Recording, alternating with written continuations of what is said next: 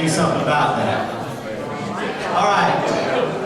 Again, we have with us up front here the candidates for Superior Court Judge for the Northern District. All right, guys, it's time to quiet down. We got to respect these gentlemen up here because everybody else is respecting the others, so please quiet down. All right, we have the candidates running for Superior Court Judge for the Northern District. And again, we have Mr. Chris Phelps and Mr. Jim Carmichael. And our first question goes to Mr. Phelps, and that is, just give us a little bit of information about yourself and what is motivating you to run for this office. Thank you. I appreciate the opportunity to be here tonight. It is the greatest privilege of my professional career to presently serve as one of the Superior Court judges. We went through 10 attorneys who were nominated from this circuit for the judicial.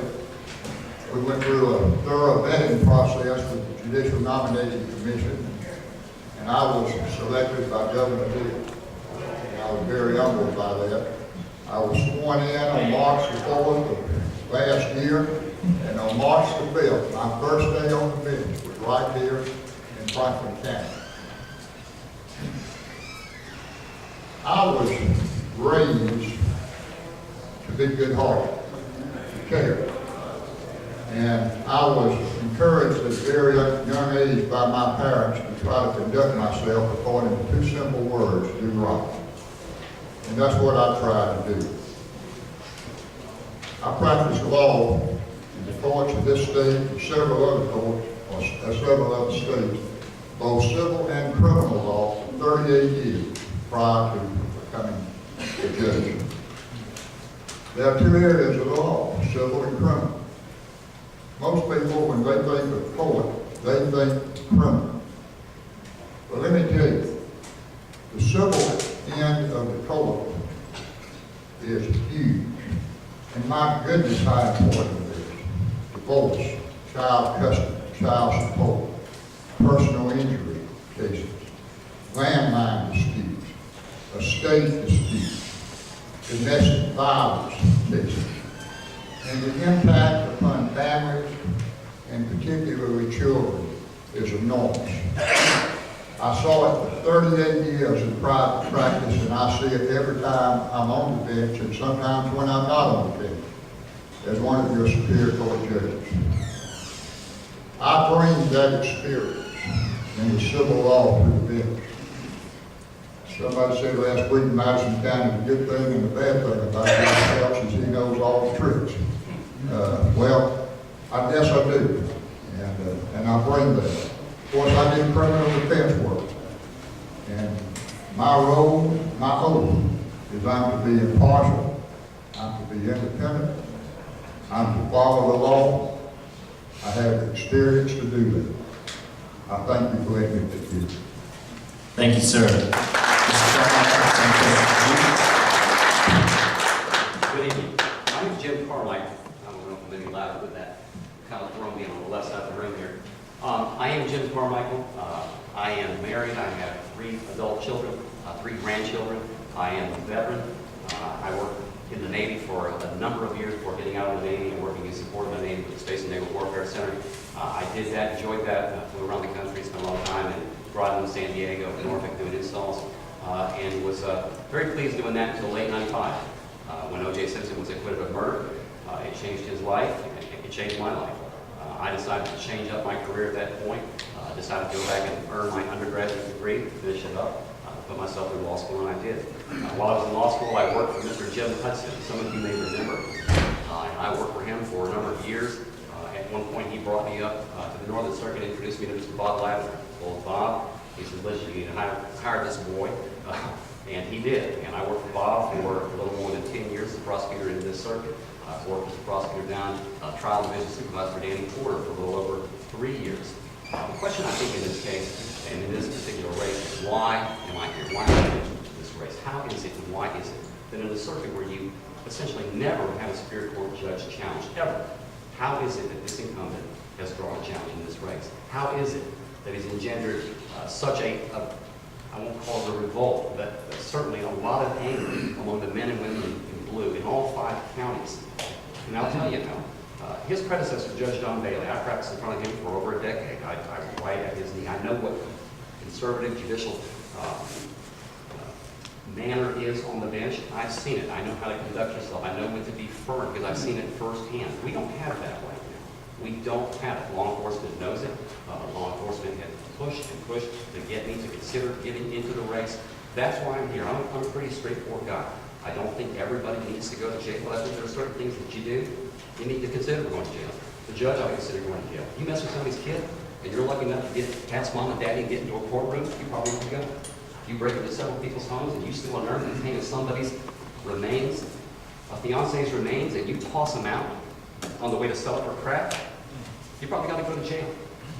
We disagree on judicial temperament and on the way cases ought to be resolved. But that's who I am. I'm pretty straightforward. I'm a pretty simple guy. Thank you.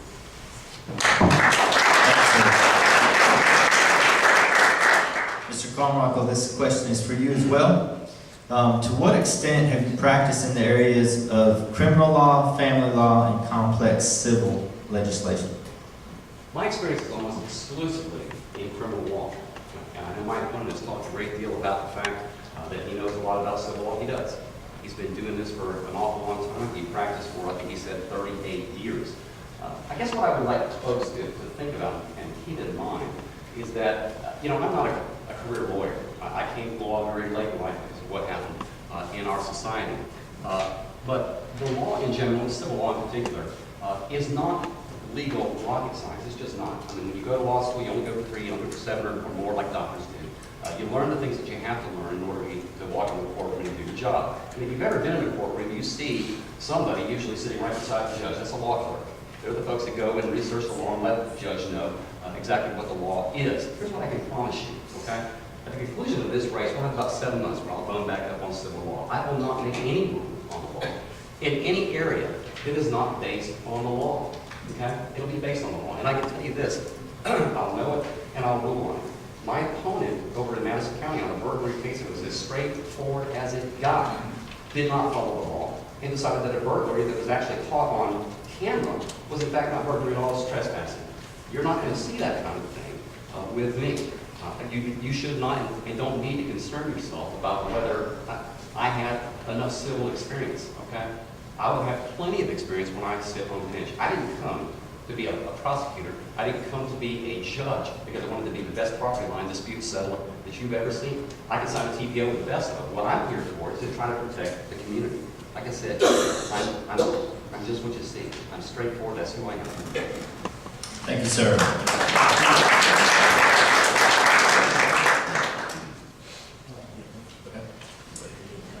All right, Mr. Phelps, this question is for you. You've only been on the job a short time, but what would you say you are most proud of during that time, and what do you wish you could change during that time?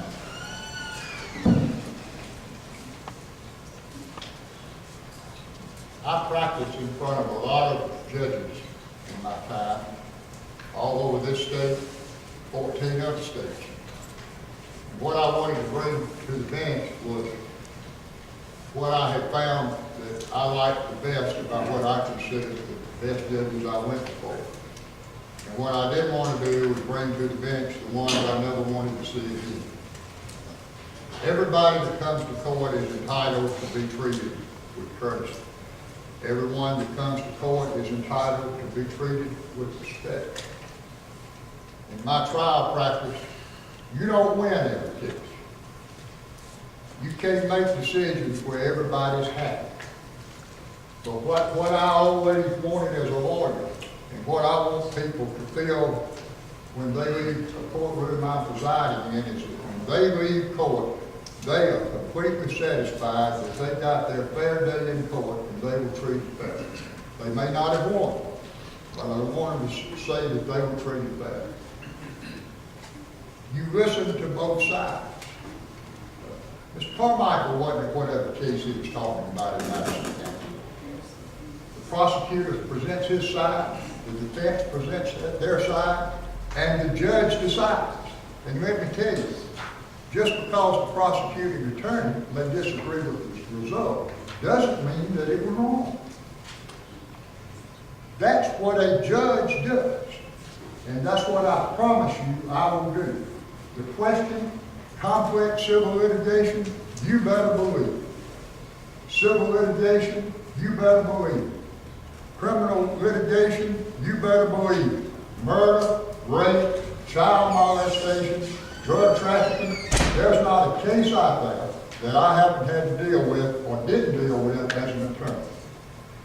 That 38 years means something, and I hope you'll let me to continue to use it in the role that I have now.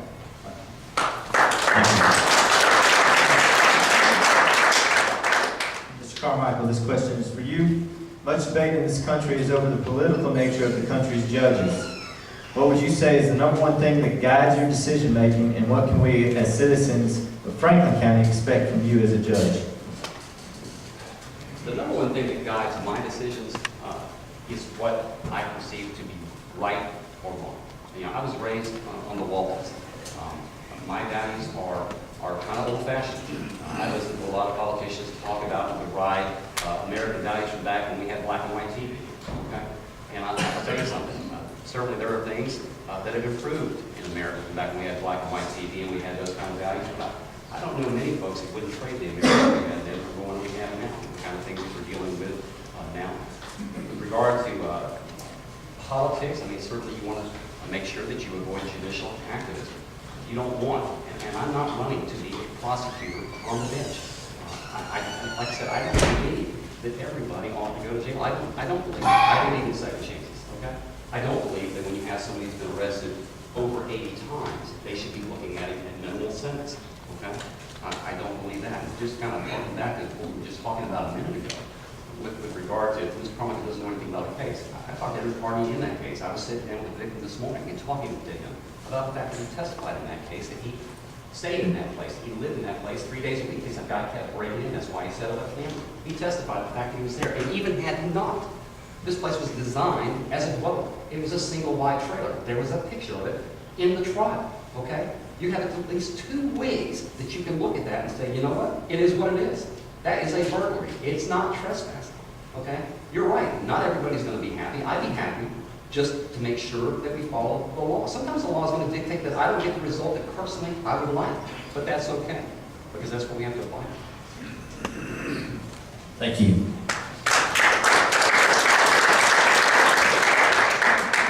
Mr. Phelps, do you believe there is such thing as a victimless crime? And if so, what offenses would you place in this category? Well, that's probably a victim in every crime. A drug case where somebody possesses drugs. It's just on them, but they're still a victim of their own drug use, their drug addiction. That is rampant. I'm sure Franklin County and everything else, addiction, which is one reason we now have the drug court.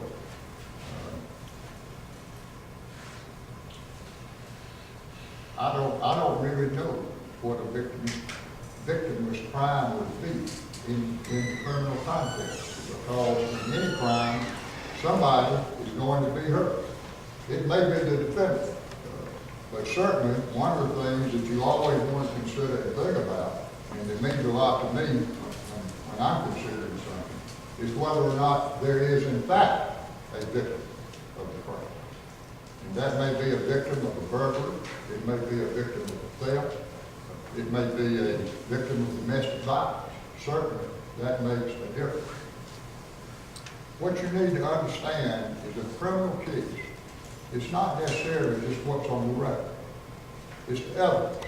The parties have a hearing before the judge. The prosecution presents its case, the defense presents its case, and then the judge decides. And in that context, that defendant stands accused. So I guess he did it to himself, but he would probably qualify as a victim. It's hard to define what is a victimless crime, because if you're charged with something, then there's a party involved. So that means there's a victim. Thank you, sir. Mr. Carmichael, this question is for you. Do you feel the war on drugs has been effective or ineffective?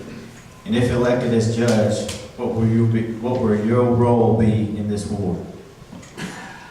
Well, I think if you look at the numbers, you can certainly make the argument that it hasn't been effective. I think maybe the better question is it a fight that we need to keep making?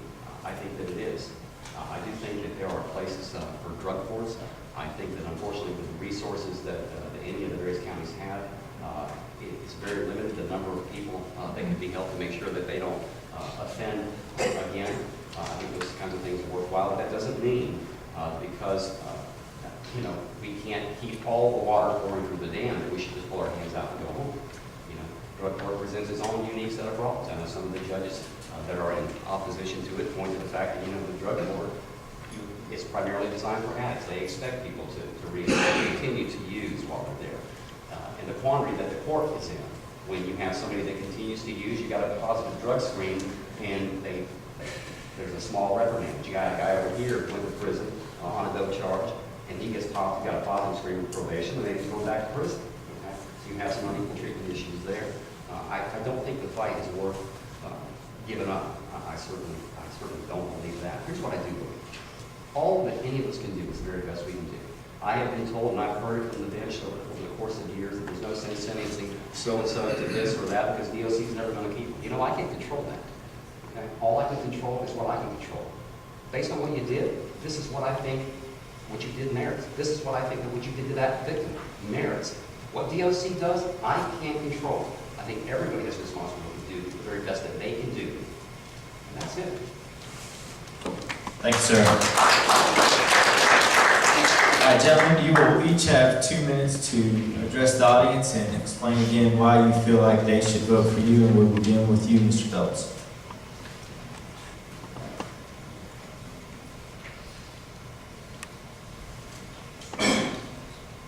I told you that I tried to conduct myself according to a mantra of do right.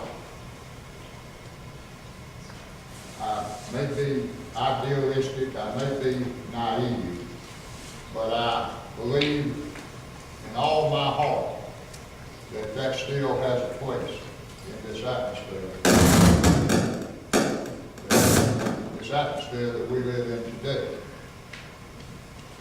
The role of a Superior Court judge is to be impartial, to be independent, to not be influenced by favor or who you may know or who may talk to you.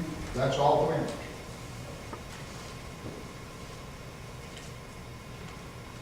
I try my very best to listen to both sides and then rule according to what I believe the law requires me to rule, and it's a fair result in a future.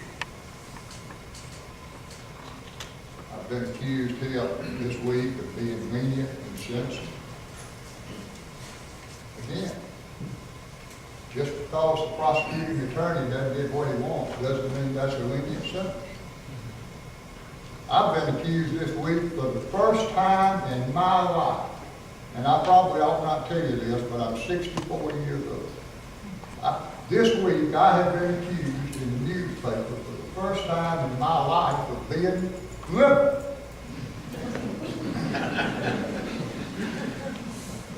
Well, as Mr. Carmichael said, with me, same applies. What you see is what you get. I've been calling it like, I call it like I saw it for 38 years as a lawyer. I've called it like I've seen it for the last year and a half as your Superior Court judge. As I said, it is the greatest privilege of my professional career to be your Superior Court judge. And I ask for your support if you vote and allow me to continue in our system. Thank you. Mr. Carmichael, the floor is yours. Thank you. I don't know if he's liberal or not, okay? I think that you look at a thing and you call it what it appears to be, okay? Is it liberal to send a child molester home back on bond after a jury has said, you know what, you did it? I've never even heard of that happening before it happened. Is it liberal to allow someone to end up pleading guilty to aggravated assault for strangling their wife and let them go home and report later? Is it liberal to send somebody who has previous drug offenses and has 4 different failures to appear, who bench warrant 4 times. You finally get them back to trial, you try and you convict them, and then you let them stay out for another 30 days or so to show up for sentencing? Is that liberal? Certainly wasn't prudent because he had to be picked up. Is it liberal to have somebody who's been arrested for kiddie porn and somehow got bonded, gets arrested again for kiddie porn and bond them out? Is that liberal? It's not any brand of conservatism I've ever heard of.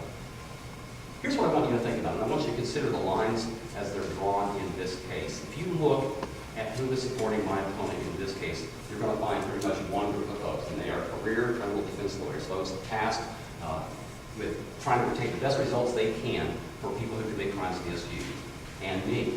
Okay? You're going to find the head of the public defender's office in this circuit, who actually, and it appears to be almost unprecedented, made a contribution to this campaign. Let's be clear. The criminal defense bar knows exactly what they've got. Since Judge Bailey retired, they have never had it so good, and they do not want him going anywhere. That doesn't mean I don't like Chris, but that means we have a very, very different idea of what proper judicial conduct is and what's appropriate for our communities. I know he's trying to do the right thing, but I think the results you're getting are putting people in peril. And it's not going to happen if you consider me and give me your support, and I acknowledge that.